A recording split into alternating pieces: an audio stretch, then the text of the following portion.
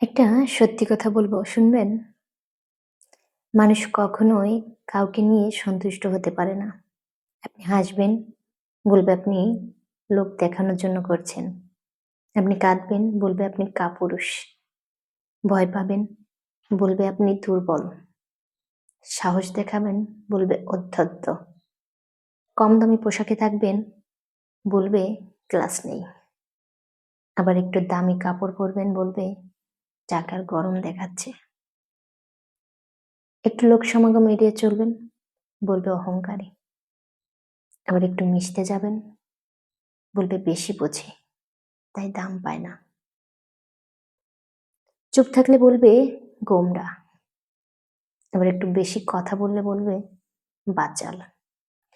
মোট কথা, আপনি মানুষকে আপনার সেরাটা দিয়েও আপন করতে বা খুশি করতে পারবেন না।